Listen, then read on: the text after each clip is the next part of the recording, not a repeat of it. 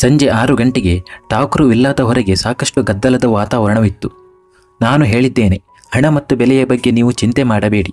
ಜನರು ಕೇಳುವ ಬೆಲೆಯನ್ನು ನೀಡಲು ನಾನು ಸಿದ್ಧನಿದ್ದೇನೆ. ಎಷ್ಟು ಜನರ ಅಗತ್ಯವಿದೆಯೋ ಅಷ್ಟು ಜನರನ್ನು ಕೆಲಸಕ್ಕೆ ನೇಮಿಸಿಕೊಳ್ಳಿ. ನಮ್ಮ ಹತ್ತಿರ ಹೆಚ್ಚು ಸಮಯವಿಲ್ಲ.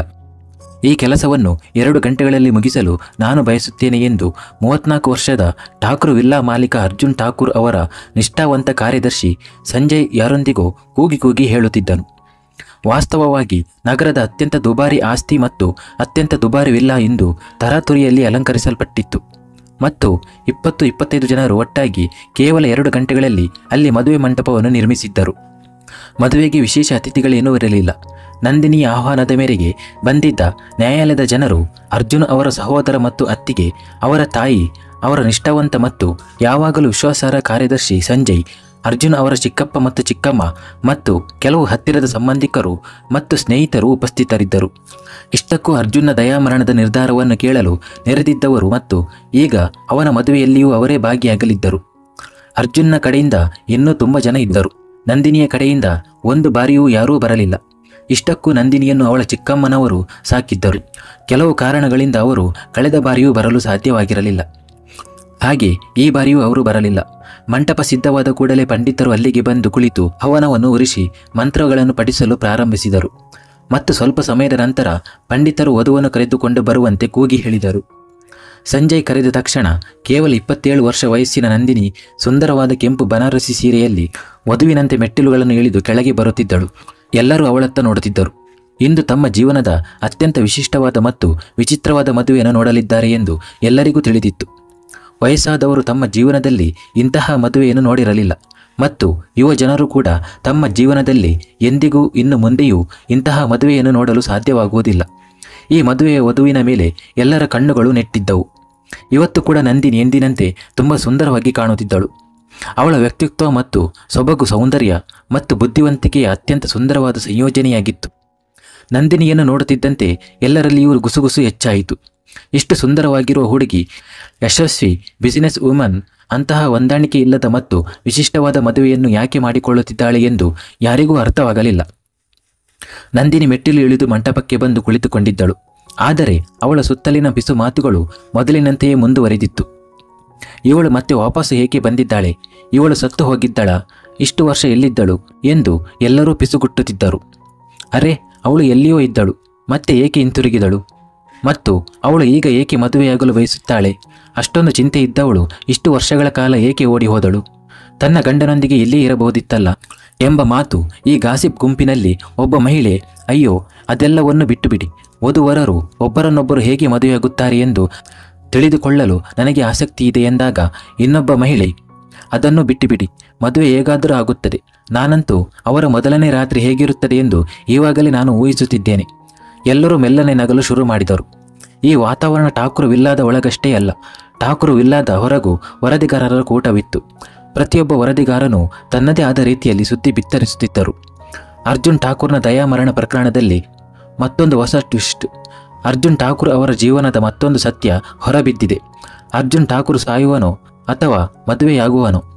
ಈಗ ಸಮಯ ಮಾತ್ರ ಹೇಳಬೇಕು. ಮದುವೆಯೇ ಅಥವಾ ಮರಣವೇ? ಇಂದು ನಾವು 2 ವಿರುದ್ಧ ಧ್ರುವಗಳು ಒಟ್ಟಿಗೆ ಬರುವುದನ್ನು ನೋಡುತ್ತಿದ್ದೇವೆ. ಅದೇ ರೀತಿಯಲ್ಲಿ ಠಾಕೂರ್ ವಿಲ್ಲಾದ ಹೊರಗೆ ಸುದ್ದಿಗಾರರು ಕೂಗುತ್ತಾ ತಮ್ಮ ಸುದ್ದಿಗಳನ್ನು ವರದಿ ಮಾಡುತ್ತಿದ್ದರು. ಅಂದಹಾಗೆ ಠಾಕೂರ್ ವಿಲ್ಲಾ ಮಾತ್ರವಲ್ಲ, ಇಡೀ ನಗರದಲ್ಲಿ ಗದ್ದಲದ ವಾತಾವರಣವಿತ್ತು ಮತ್ತು ಎಲ್ಲರೂ ಇಂದು ಏನಾದರೂ ನಿರ್ಧಾರ ತೆಗೆದುಕೊಳ್ಳುತ್ತಾರೆ ಎಂದು ಕಾಯುತ್ತಿರುವಂತೆ ತೋರುತ್ತಿತ್ತು. ಸಾವು ಅಥವಾ ಮದುವೆ ಸಂಭವಿಸುತ್ತದೆಯೋ ಎಂದು ಎಲ್ಲರೂ ತಿಳಿದುಕೊಳ್ಳಲು ಬಯಸಿದ್ದರು. ಇಷ್ಟಕ್ಕೂ ಇದೆಲ್ಲವೂ ಏಕೆ ಆಗುತ್ತಿದೆ ಎಂದು ತಿಳಿದುಕೊಳ್ಳಲು ಬಯಸಿದ್ದರು. ಮತ್ತೊಂದೆಡೆ ಅರ್ಜುನ್ನ ಇಚ್ಛಾಮರಣದ ನಿರ್ಧಾರವನ್ನು ನಂದಿನಿ ನಿಲ್ಲಿಸಿದ್ದಳು. ಆದರೆ ಆ ಮದುವೆಯಲ್ಲಿ ಯಾವುದೇ ಹೊಸ ಪ್ರಶ್ನೆಗಳು ಉಳಿದಿರಲಿಲ್ಲ. ಹಾಗೆಯೇ ಪ್ರತಿದಿನ ಎಲ್ಲ ಸಮಯದಲ್ಲಿ ಪ್ರತಿ ವ್ಯಕ್ತಿಗೂ ಉತ್ತರಿಸುವ ಅಗತ್ಯವಿರಲಿಲ್ಲ. ಆದ್ದರಿಂದ ಅವಳು ಪುನಃ ಅರ್ಜುನ್ನ ಜೊತೆ 7 ಹೆಜ್ಜೆಗಳು ನೀಡುವ ನಿರ್ಧಾರವನ್ನು ತೆಗೆದುಕೊಂಡಿದ್ದಳು. ಯಾಕೆಂದರೆ ಅವಳು ಮದುವೆಯ ಪ್ರಮಾಣ ಪತ್ರವನ್ನು ಹೊಂದಿದ್ದರಿಂದ ಯಾರಿಗೂ ಈ ಮದುವೆಯನ್ನು ನಿಲ್ಲಿಸಲು ಸಾಧ್ಯವಾಗಲಿಲ್ಲ. ಠಾಕೂರ್ ವಿಲ್ಲಾದ ಒಳಗಿನ ಅಲಂಕಾರವು ಸಂತೋಷದಿಂದ ಕೂಡಿತ್ತು. ಆದರೆ ಎಲ್ಲರ ಮುಖದಲ್ಲಿ ವಿಚಿತ್ರವಾದ ದುಃಖ ಮತ್ತು ಹತಾಶೆ ಇತ್ತು. ವಿಲ್ಲಾದ ಸಭಾಂಗಣವು ಸುಂದರವಾದ ಮತ್ತು ವರ್ಣರಂಜಿತ ಅರ್ಜುನನ ನೆಚ್ಚಿನ ಹೂಗಳಿಂದ ಅಲಂಕರಿಸಲ್ಪಟ್ಟಿತ್ತು. ಅಲಂಕಾರದಲ್ಲಿಯೂ ಅರ್ಜುನನ ಆಯ್ಕೆ ಸ್ಪಷ್ಟವಾಗಿ ಕಾಣಿಸುತ್ತಿತ್ತು. ಕುಳಿತುಕೊಳ್ಳಲು ಸುತ್ತಲೂ ಮೇಜುಗಳು ಮತ್ತು ಕುರ್ಚಿಗಳನ್ನು ಹಾಕಲಾಗಿತ್ತು. ಮತ್ತು ಸಭಾಂಗಣದ ಮಧ್ಯದಲ್ಲಿ ಮಂಟಪವನ್ನು ಅಲಂಕರಿಸಲಾಗಿತ್ತು. ಮಂಟಪದ ಬಲಭಾಗದಲ್ಲಿ ಕ್ಲಾರಿನೆಟಿಸ್ಟ್ ಸಭಾಂಗಣದೊಳಗೆ ಸೆಹನಾಯಿ ನುಡಿಸುತ್ತಿದ್ದರು. ಕೆಲವು ಆಯ್ದ ಕುಟುಂಬ ಸದಸ್ಯರು ಮಾತ್ರ ಹಾಜರಿದ್ದರು. ಆದರೆ ಅವರ ಮುಖಭಾವ ಮತ್ತು ಮದುವೆಯ ವಾತಾವರಣವು ಹೊಂದಿಕೆಯಾಗುತ್ತಿರಲಿಲ್ಲ. ಮಂಟಪದ ಸುತ್ತಲೂ ಪ್ರಶ್ನಾರ್ಥಕ ಕಣ್ಣುಗಳಿದ್ದವು ಮತ್ತು ಎಲ್ಲರ ಕಣ್ಣುಗಳು ನಂದಿನಿಯತ್ತ ನೆಟ್ಟಿದ್ದವು, ಏಕೆಂದರೆ ಈ ಸಮಯದಲ್ಲಿ ನಂದಿನಿಯೇ ಎಲ್ಲ ಉತ್ತರಗಳನ್ನು ನೀಡಬೇಕಾಗಿತ್ತು.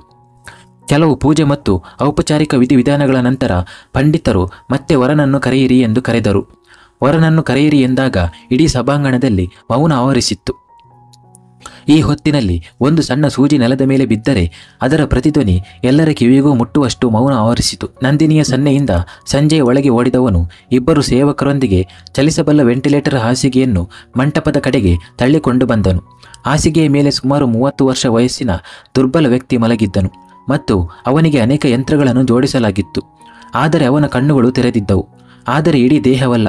ಅವನ ಕಣ್ಣುಗಳನ್ನು ನೋಡಿದಾಗ ಅವನು ತನ್ನ ಸುತ್ತಲೂ ನಡೆಯುತ್ತಿರುವ ವಿಷಯಗಳನ್ನು ನೋಡುತ್ತಿದ್ದಾನೆ ಎಂದು ಸ್ಪಷ್ಟವಾಯಿತು. ಆದರೆ ಪಂಡಿತರು ಆತನನ್ನು ನೋಡಿದ ತಕ್ಷಣ ಇದ್ದಕ್ಕಿದ್ದಂತೆ ಆಶ್ಚರ್ಯಚಕಿತರಾದರು ಮತ್ತು ತೊದಲುತ್ತಾ ಇವರು ಯಾರು ಎಂದು ಕೇಳಿದರು. ನಂದಿನಿಯು ಪಂಡಿತರ ಕಡೆಗೆ ಆತ್ಮವಿಶ್ವಾಸದ ಕಣ್ಣುಗಳಿಂದ ನೋಡುತ್ತಾ, ಇವರು ನನ್ನ ಪತಿ ಅರ್ಜುನ್ ಠಾಕೂರ್, ನೀವು ಮದುವೆ ಪ್ರಕ್ರಿಯೆಯನ್ನು ಮುಂದುವರಿಸಿ ಎಂದು ಹೇಳಿದಳು. ಪಂಡಿತರು ವೆಂಟಿಲೇಟರ್ ಹಾಸಿಗೆಯ ಮೇಲೆ ಮಲಗಿರುವ ಅರ್ಜುನ್ ಠಾಕೂರ್ ಅನ್ನು ಅಗಲವಾದ ಕಣ್ಣುಗಳಿಂದ ನೋಡುತ್ತಿದ್ದರು ಮತ್ತು ಅವರ ಕಣ್ಣುಗಳು ಇದ್ದಕ್ಕಿದ್ದಂತೆ ನಂದಿನಿಯತ್ತ ತಿರುಗಿದವು. ಅವರ ನೋಟವು ಹೇಗಿತ್ತೆಂದರೆ, ನೀನು ಏನು ಮಾಡುತ್ತಿದ್ದೀಯ ಎಂದು ನಂದಿನಿಯನ್ನು ಕೇಳಬೇಕೆಂದು ಅನಿಸುವಂತಿತ್ತು. ಇಡೀ ದೇಶದ ಜನರ ಮನಸ್ಸಿನಲ್ಲಿದ್ದ ಪ್ರಶ್ನೆ ಈಗ ಪಂಡಿತರ ಕಣ್ಣುಗಳಲ್ಲಿಯೂ ಗೋಚರಿಸುತ್ತಿತ್ತು.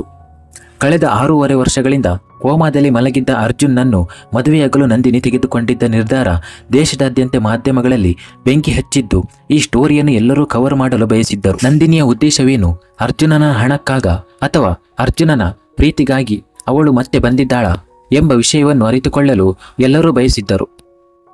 ಅರ್ಜುನನನ್ನು ನಂದಿನಿ ಬಳಿ ಚಲಿಸಬಲ್ಲ ವೆಂಟಿಲೇಟರ್ ಹಾಸಿಗೆಯೊಂದಿಗೆ ಮಂಟಪಕ್ಕೆ ಕರೆತರಲಾಯಿತು. ಈ ಸಮಯದಲ್ಲೂ ನಂದಿನಿಯ ಮುಖದಲ್ಲಿ ಸುಕ್ಕು ಕೂಡ ಇರಲಿಲ್ಲ. ನಂದಿನಿ ಮತ್ತೆ ಆತನ ಮೇಲಿನ ಪ್ರೀತಿಗಾಗಿ ಬಂದಿದ್ದಾಳೆ ಎಂದು ಅಲ್ಲಿದ್ದ ಕೆಲವರು ಒಲವು ವ್ಯಕ್ತಪಡಿಸುತ್ತಿದ್ದರು. ಎದುರಿಗೆ ನಡೆಯುತ್ತಿದ್ದ ಮದುವೆಯನ್ನು ನೋಡಿ ಅವರ ಮುಖದಲ್ಲಿ ಕೊಂಚ ನಗು, ಕಣ್ಣಲ್ಲಿ ಆರ್ದ್ರತೆ ಮೂಡಿತ್ತು. ಅರ್ಜುನ್ನನ್ನು ಅವರು ಆತನ ಹತ್ತಿರದಲ್ಲಿಯೇ ಇದ್ದರು. ಅವರು ಈ ಸ್ಥಿತಿಯಲ್ಲಿ ಹೊರ ಆಗುತ್ತಿರುವ ಅರ್ಜುನ್ನನ್ನು ನೋಡಿ ಅವರುಗಳಿಗೆ ಅಳು ತಡೆಯಲಾಗಲಿಲ್ಲ. ಪಂಡಿತರು ವೇಗವಾಗಿ ಮಂತ್ರಗಳನ್ನು ಪಠಿಸಲು ಶುರು ಮಾಡಿದರು. ಪಂಡಿತರ ಸಲಹೆಯಂತೆ ನಂದಿನಿ ಪ್ರತಿ ಕ್ರಮಗಳನ್ನು ಮುಂದುವರಿಸಿದಳು. ಅಲ್ಲಿ ಅವಳು ಒಂದು ಕೈಯಿಂದ ತನ್ನ ಮತ್ತು ಅರ್ಜುನ್ನ ಪರವಾಗಿ ಕ್ರಮಗಳನ್ನು ಮಾಡುತ್ತಿದ್ದಳು.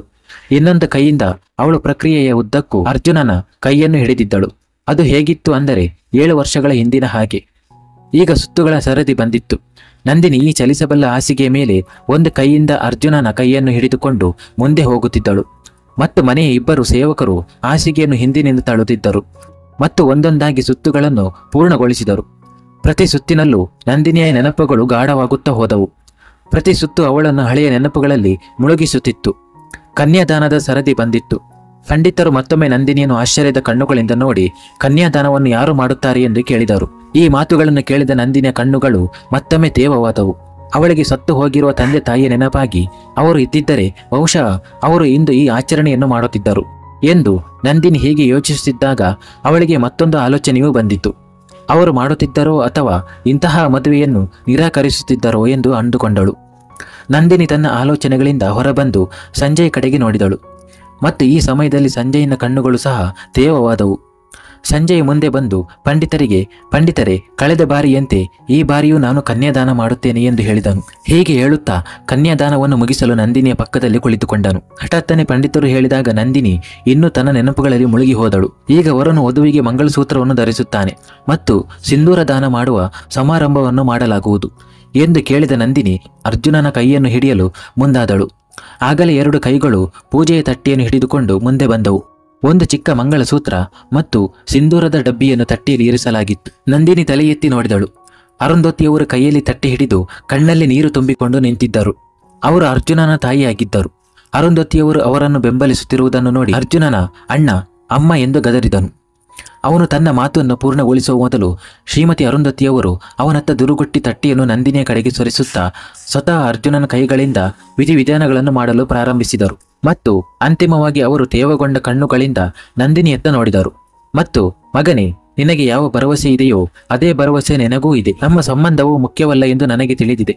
ಆದರೆ ಈಗ ನಿನ್ನ ಭರವಸೆ ಗೆಲ್ಲಬೇಕೆಂದು ನಾನು ಬಯಸುತ್ತೇನೆ ಮತ್ತು 1% ಅವಕಾಶವಿದ್ದರೆ ನನ್ನ ಮಗ ಗುಣಮುಖನಾಗುತ್ತಾನೆ ಎಂದು ಹೇಳಿದರು. ಮುಂದುವರಿಯುವುದು.